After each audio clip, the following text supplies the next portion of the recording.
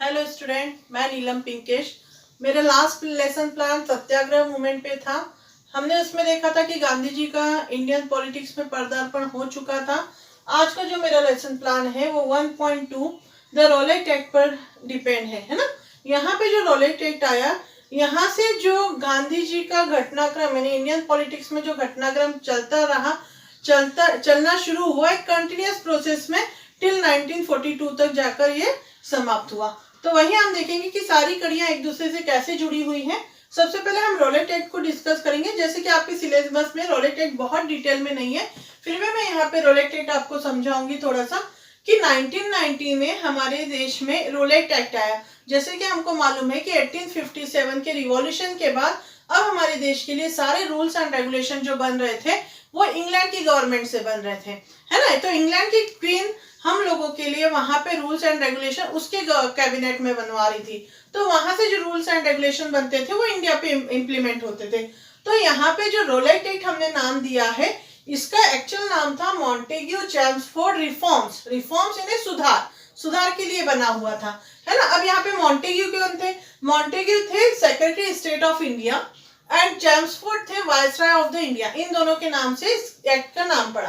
Actual में इसको black act नाम दिया गया क्योंकि इसमें जो रिफॉर्म्स इन्होंने कहा वो एक्चुअल रिफॉर्म नहीं थे, बल्कि इंडियन मूवमेंट को ऑप्रेस करने के लिए कुछ नीतियां बनाई गई थी। उस समय Indian politics and Indian leaders were in flourishing form, है ना। They not only they are aware but they aware to other people also. That's why यहाँ पे जो गांधी जी थे, गांधी जी ने देखा कि जब हमारा खेड़ा सत्याग्रह का मूवमेंट बहुत सक्सेस हुआ है तो उन्होंने सत्याग्रह मूवमेंट को नेशन वाइड बनाने की शुरुआत की। तो उन्होंने सबसे पहले उन्होंने देखा कि जो रोलेट एक्ट है एक अनजस्ट लॉ है। अब ये अनजस्ट लॉ कैसा है, तो हम यहाँ देखेंगे कि यहाँ पे इस एक्ट में एक बात लाई गई जिसमें ये कहा गया कि जो इंडियन पॉलिटिकल लीडर है they are gather to anywhere, है ना। वो कहीं पर भी जमा हो जाते हैं और यदि वो जमा हो जाते हैं तो वो लोगों को इन्फ्लुएंस करते हैं अपनी बातों से। तो लोगों को जो इन्फ्लुएंस करते हैं तो उनमें नेशनलिस्टिक की फीलिंग अराइज हो रही है। तो ब्रिटिश गवर्नमेंट कभी भी नहीं चाहती थी कि इंडियंस अपने राइट्स को लेकर अवेयर हो, नेशनलिज्म की फीलिंग उनमें अराइज हो। दैट्स व्हाई उन्होंने सोचा कि हमें एक ऑपरेसिव नीति चलानी है और ऑपरेसिव देने दमनकारी नीति स्टार्ट करनी है। बट हाउ कैन दे, है ना। सो दैट्स व्हाई उन्होंने इस अनजस्ट लॉ को लेकर आए। इन्होंने इसमें एक प्रावधान रखा कि जितने भी इंडियन पॉलिटिकल लीडर्स हैं जो कहीं पर भी आपको सभाएं करते दिखेंगे, मंच पे खड़े होकर लोगों को संबोधित करते हुए देखेंगे, तो उनको अरेस्ट कर लिया जाएगा, है ना, विदाउट एनी प्रायर इंफॉर्मेशन। इसमें सामने वाला ये आर्ग्यू नहीं कर सकता था कि हमें क्यों आपने अरेस्ट किया, है ना, या हमारा क्या गुनाह था, ये नहीं। तो 2 इयर्स तक, जैसे कि आपको अभी हम लोग सिविक्स में भी पढ़ते हैं कि आपको यहाँ पे यदि अरेस्ट करते हैं किसी व्यक्ति को तो 24 आवर्स के अंदर उसका ट्रायल होता है ना। यहाँ पे जो ब्रिटिश गवर्नमेंट थी उसने कहा कि 2 इयर्स तक आपके ऊपर कोई ट्रायल नहीं होगा, इन्हें आपको मजिस्ट्रेट के सामने पेश नहीं किया जाएगा।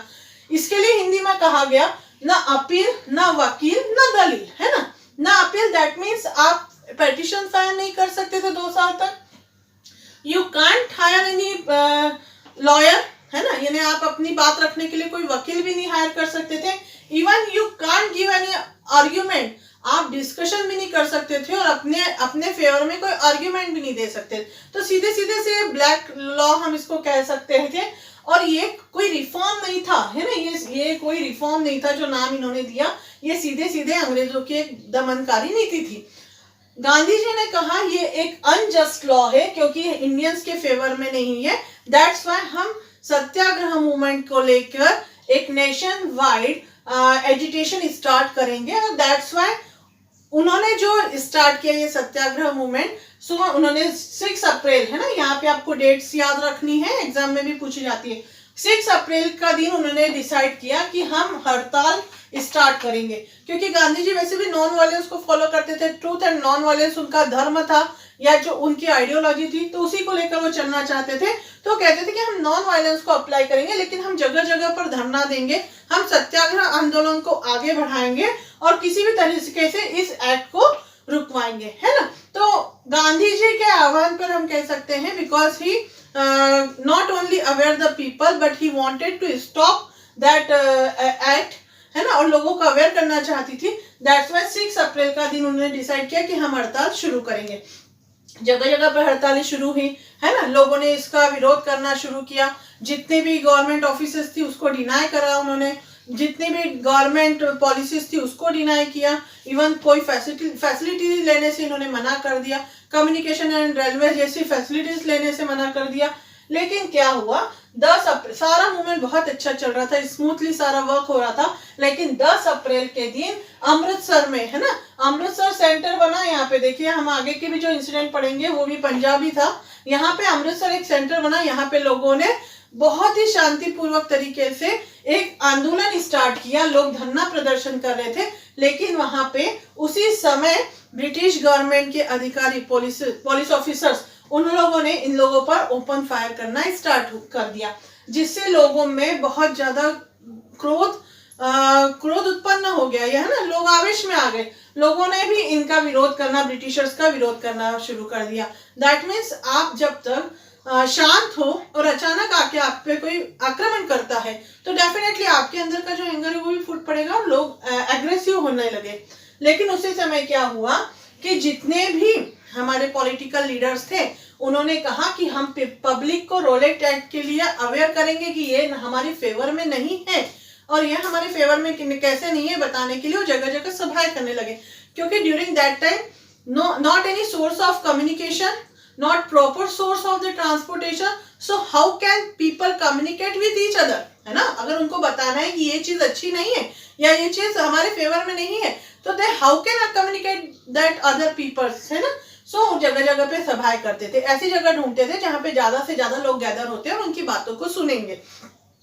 तो क्या हुआ कि उसी समय हमारे 2 प्रोमिनेंट लीडर थे, डॉक्टर सत्यपाल किचलू एंड सैफुद्दीन। आपकी 10th की बुक में इनका नाम नहीं दिया है, लेकिन जब भी हम जलियांवाला मैस्कर की बात करते हैं तो यहाँ पे डॉक्टर सत्यपाल किचलू एंड सैफुद्दीन की बात आती है। तो उन्होंने सभा करने की सोची। उन्होंने कहा कि हम अमृतसर में जाएंगे, एक जलियांवाला बाग करके एक जगह है, बैसाखी का दिन उन्होंने डिसाइड किया, यहाँ पर जाकर हम एक आम सभा करेंगे, क्योंकि वहां पे बहुत सारी पब्लिक उस दिन गैदर होगी, because Baisakhi was the main festival of the harvesting that time and people enjoying too much there, है तो फेयर वगैरह में गैदर होते थे। दूसरा, उस समय इंटरटेनमेंट का कोई सोर्स नहीं था, तो बच्चे, बूढ़े, इवन वुमेन्स कहाँ जाएंगी, तो वो सारी, ऐसा कहीं मेला लगता था ना तो वो लोग गैदर हो जाती थी। लेकिन उसके पहले ही क्या हुआ, सैफुद्दीन और डॉक्टर सत्यपाल किचलू अमृतसर में पहुंचे, उसके पहले ही उन्हें अरेस्ट कर लिया गया और जो हमने कहा कि विदाउट एनी ट्रायल, है ना, उनको 2 साल की सजा दे दी गई। अब उसी समय क्या हुआ कि गांधी जी भी बड़े एक्टिव पार्टिसिपेशन कर रहे थे, है ना, सत्याग्रह मूवमेंट के थ्रू, तो उनको भी दिल्ली जाने से रोक दिया गया।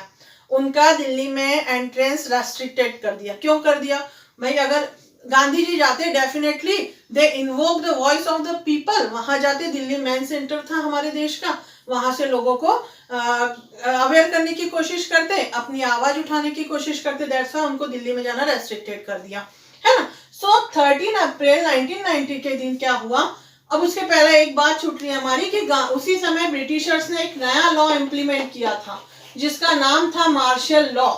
देखो, आजकल हम जितने लॉज को लेकर अवेयर रहते हैं, राइट्स एंड ड्यूटीज को लेकर अवेयर रहते हैं, ड्यूरिंग दैट टाइम क्योंकि हम इतने एजुकेटेड तो थे नहीं, हमारी सोसाइटी इतनी एजुकेटेड तो थी नहीं, अभी नया नया सब कुछ सीख रही थी, तो इन लोगों ने नए नए रूल्स बनाते थे और इम्प्लीमेंट कर देते थे जो हमें मालूम भी नहीं थे। तो हमारी सीधी सारी सी जनता मार्शल लॉ तो जानती नहीं थी, इन्होंने कहा मार्शल लॉ इम्प्लीमेंट कर दिया। मार्शल लॉ क्या होता है, आफ्टर इंडिपेंडेंस हमारे यहाँ आज तक मार्शल लॉ नहीं लगाए, वहां पे मार्शल लॉ है ना, सारी सत्ता सैनिकों के हाथों में चली जाती थी। दैट मीन्स उस समय ब्रिटिशर्स ने कहा कि यदि हमें लगता है कि कोई भी ऐसी इलीगल एक्टिविटी में इन्वॉल्व है, कोई लीडर, कोई पर्सन, तो हम उनको क्या कर सकते हैं, उन पे ओपन फायर कर सकते हैं। वही चीज उन्होंने यहाँ पे अप्लाई की। उस समय जो इन हैंड जिसने पावर लिया वो था जनरल रेजिनाल्ड डायर, है ना, जिसको हम जनरल डायर भी कहते हैं। तो जो जनरल डायर की थी, इसमें बहुत ज्यादा रिमार्केबल हम कह सकते हैं रोल था इसका। सारा का सारा दोष जनरल डायर पे जाता है जलियांवाला इंसिडेंट के लिए। क्या हुआ जलियांवाला इंसिडेंट में, है ना। जलियांवाला बाग एक बहुत फेमस पार्क है अमृतसर में, ठीक है ना। कहाँ पे सिचुएटेड है ये? अमृतसर। अमृतसर सिचुएटेड है पंजाब में, है ना। बैसाखी का मेला लगने वाला था, बहुत सारे womens, childrens, even the older person gathered there, है ना, इकट्ठा हुए। मेन पर्पस था इंटरटेनमेंट, है ना, क्योंकि कोई सोर्स नहीं था, मैंने जैसे आपको बताया, जैसे आपको पहले ही बताया इंटरटेनमेंट का। तो सब लोग वहां पे इकट्ठा हुए, वो लोग तो एंजॉय कर रहे थे मेले को। उसी समय वहां पे सभा शुरू होने वाली थी, है ना, तो लोग इसी बहाने सभा को भी सुन लेते और मेला भी एंजॉय कर लेते। लेकिन क्या हुआ, जनरल डायर ने मैं कहूंगी कि जनरल डायर ने क्रूरता पूर्वक कार्य किया, या नृशंस हत्या की। वहां पे नृशंस हत्यारा था वो। उसने क्या किया कि वहां पे जो अमृतसर का जो बाग था, वहां पे एक ही गेट था, exit and entry. General Dyer ने कुछ सैनिकों को बंदूकों के साथ वहां पे खड़ा कर दिया और बिना कोई प्रायर इंफॉर्मेशन के उसने क्या किया, गोली ओपन फायर स्टार्ट कर दिया। That means to implement the martial law. और बेचारी आम जनता तो मार्शल लॉ को जानती नहीं थी, तो मार्शल लॉ लगाने के कारण उसने ओपन फायर का ऑर्डर दे दिया। और ऐसा कहते हैं कि लोगों को भागने के लिए जगह नहीं थी, thousands of people gathered there, है ना, और बचने के लिए कोई जगह नहीं थी। तो उस पार्क में कुछ कुएं थे जहां पे लोग अचानक क्या हो गए, कूदने लगे। कहीं तो जान बचानी थी, जाने और आने का एक ही रास्ता था और वो भी बंद था, तो सब एक के ऊपर एक कुएं में गिरने लगे। ऐसा कहते हैं कि इतनी वहां पे लाशें हो गई थी कि जब निकाला गया तो उस कुएं में से पानी की जगह खून निकल रहा था, ऐसा कहा जाता है ना। तो जनरल डायर ने क्या किया, ओपन फायर कर दिया। अब जब ये जलियांवाला इंसिडेंट हुआ तो लोगों में एक आक्रोश आ गया, लोगों ने इसकी निंदा की, है ना। सारे political leaders, even common people started to aggressive agitation against the Britishers, है ना। और इस तरीके से क्या हुआ कि जो हम शांतिपूर्वक हमारा जो एक आंदोलन चल रहा था, इस जलियांवाला बाग हत्याकांड ने इसको एक वायलेंस का रूप दे दिया, है ना। ब्रिटिशर्स चाहते थे कि ये नॉन वायलेंस को फॉलो ना करे, ये कहीं ना कहीं ये क्रूर हो जाए, हिंसक हो जाए इंडियन, और तब हम इनको आसानी से दबा देंगे, है ना। क्योंकि हमारे पास इतने इक्विपमेंट तो थे नहीं। 1857 का युद्ध भी हम इसलिए हारे थे क्योंकि हमारे पास new method of the war weapon तो थे ही नहीं ना। अभी भी यही था, यदि ये हम पे गोलियां बारूद चलाते तो हमारे पास क्या थी, लाठियां ज्यादा से ज्यादा उनसे लड़ने के लिए। लेकिन इंडियंस ने उसका अपोज करना शुरू कर दिया और इस तरीके से इस समय गांधी जी को लगा कि अब नहीं, ये हमें जो मूवमेंट है हमारा, ये सत्याग्रह मूवमेंट जो रॉलेट एक्ट के अगेंस्ट हमने किया है, इसको हमें स्टॉप कर देना चाहिए। और गांधी जी ने ये वायलेंस का रूप ले रहा था, दैट्स वाई इस आंदोलन को वहीं रोक दिया। और उनको लगा कि नहीं, अभी भी हम नेशन वाइड मूवमेंट स्प्रेड नहीं कर सकते क्योंकि लोगों में वो भावना अभी जागृत नहीं हुई है, लोग अभी अवेयर नहीं हुए। दैट्स वाई गांधी जी ने कहा थोड़ा सा रेस लेकर अगेन हम एक नया मूवमेंट लेकर आएंगे। और पहला जो बेस था हमारे यहाँ पे कि यूनिटी नहीं थी, हम एक बार फिर से यूनाइट करने की कोशिश करेंगे और फिर एक नया मूवमेंट स्टार्ट करेंगे, है ना। इसके बाद जो हम दूसरा मूवमेंट देखेंगे इसी से जुड़ा हुआ है, खिलाफत मूवमेंट। अब हम देखेंगे कि कैसे active participation of the Hindu Muslim both category in the Indian freedom movement, है ना। इसको हम अगले नेक्स्ट वीडियो में स्टार्ट करेंगे, है ना। आई होप आप लोगों को ये बहुत अच्छे से समझ में आया होगा या आपने समझने की कोशिश की होगी। इसके साथ आपको कुछ डाउट्स और क्वेरी हो तो आप कमेंट बॉक्स में डाल सकते हैं, मैं नेक्स्ट वीडियो में उसको सॉल्व करने की कोशिश करूंगी। आज से हमने एक नया अध्याय शुरू करना चाह रहे हैं हम हमारे वीडियो के थ्रू। मैं आपसे एक क्वेश्चन पूछूंगी हर वीडियो में, वो क्वेश्चन मेरे पिछले वीडियो से जुड़ा हुआ रहेगा, है ना, और जिसका आंसर मैं आपको नेक्स्ट वीडियो में दूंगी। जो भी इसका आंसर देगा उसका नाम मैं अपने नेक्स्ट वीडियो में जरूर लूंगी।